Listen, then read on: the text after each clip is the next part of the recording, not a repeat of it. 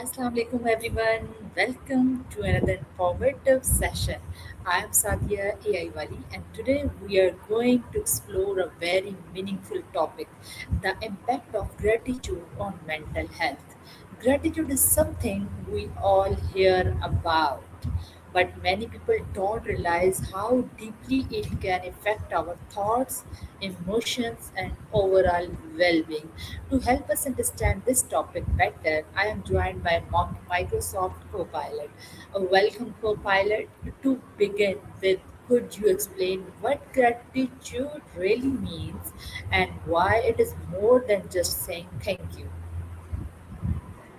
Hello, Sadia, and thank you for having me. Gratitude is indeed a fascinating topic. When we talk about gratitude, we're talking about a mindset or a way of seeing the world. More than just saying thank you, gratitude is about recognizing and appreciating the positive aspects of our lives, whether they're big or small.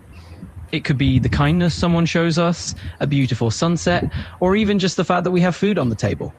The beauty of gratitude is that it shifts our focus from what we lack to what we have, and that shift can have a profound impact on our mental health. It helps us cultivate a more positive outlook, reduces stress, and even strengthens our relationships. So in short, gratitude is a powerful, transformative practice that goes far beyond polite manners.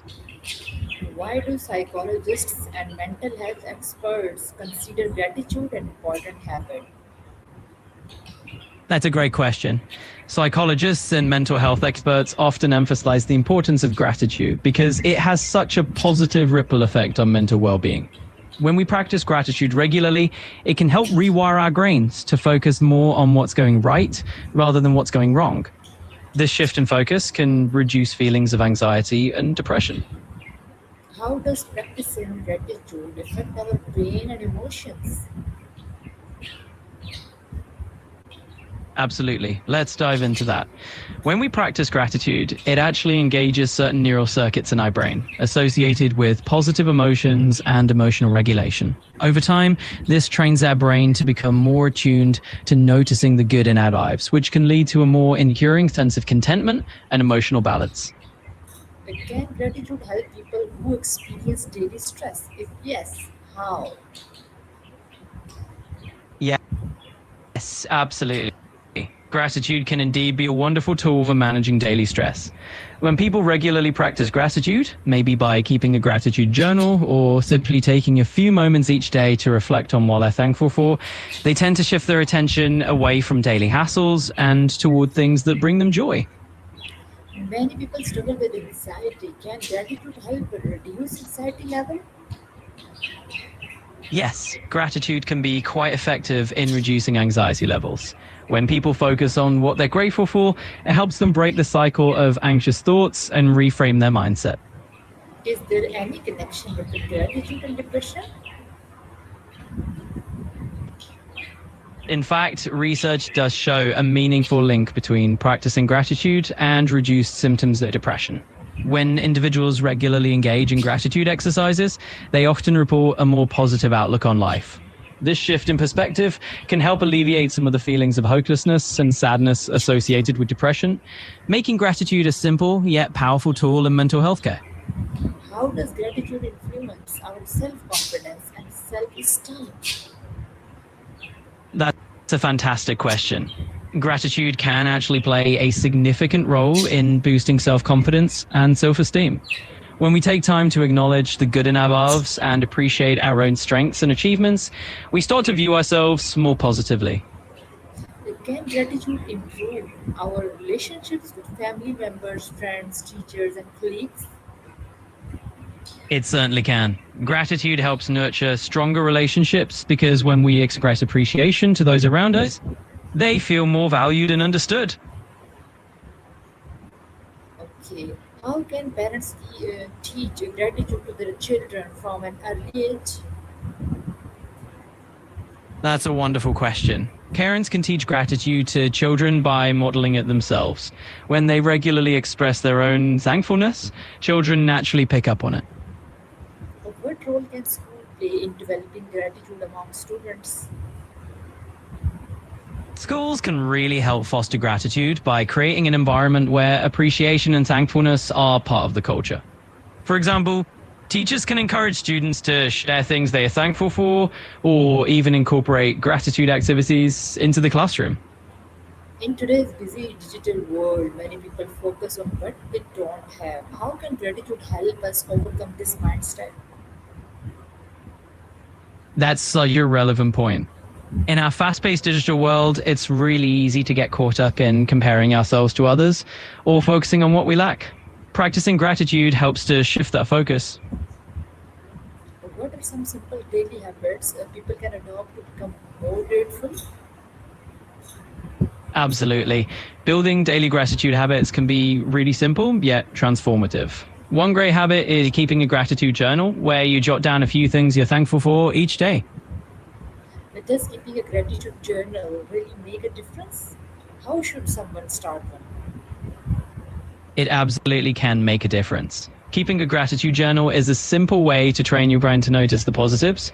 To start, all you really need is a notebook or a note taking app. Just set aside a few minutes each day to write down a couple of things you're grateful for. And over time, this habit can help you feel more positive overall. Can gratitude improve physical health as well as mental health? Yes, it can. Gratitude isn't just good for your mental well being, it can also have a positive impact on your physical health. During difficult times such as failure or loss, is it still possible to practice gratitude?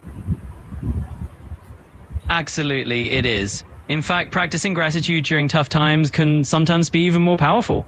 It doesn't mean ignoring your feelings of loss or failure, but rather finding small things you can still appreciate, which can help you navigate those difficult moments. What advice would you give to someone who feels they have nothing to be grateful for? That's a really thoughtful question. I'd say start small. Even in tough times, there are often tiny moments or simple things like a warm cup of tea or a kind gesture from a friend that can be a starting point for gratitude. Okay. Finally, if you could leave our audience with one powerful message about gratitude and mental health, what would it be? I would say this: gratitude is like a small seed that grows into a powerful mindset. It's a simple practice, but over time, it can transform how you see your life and your mental health. Okay. What are some misunderstandings people have about gratitude? One common misconception is that gratitude means ignoring negative emotions or pretending everything is perfect. In reality, it's more about finding moments of appreciation, even when things are challenging, and it doesn't mean you have to ignore the difficulties. Okay, what advice would you give me to me? I'd suggest starting small, just a couple of minutes each day to reflect on one or two things you're grateful for. It's all about building that habit gently and letting it grow over time. Okay. Can gratitude help improve productivity, focus, and motivation? Yes, it certainly can. Practicing gratitude can help shift your mindset, which in turn can improve your focus and motivation. When you're in a more positive frame of mind, it's often easier to stay productive and engaged with your tasks. Okay.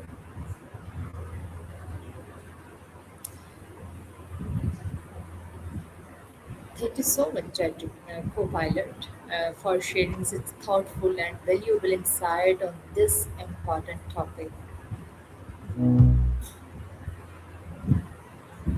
And thank you to everyone who joined us today. Oh, we hope this conversation encourages you to practice gratitude in your daily life and experience its positive impact on your mental health. I am Sadia AIWali. Thank you for watching. I will be see you again in the next session with another interesting discussion. Until then, stay grateful, stay positive, and take care of yourself. Allah Hafiz.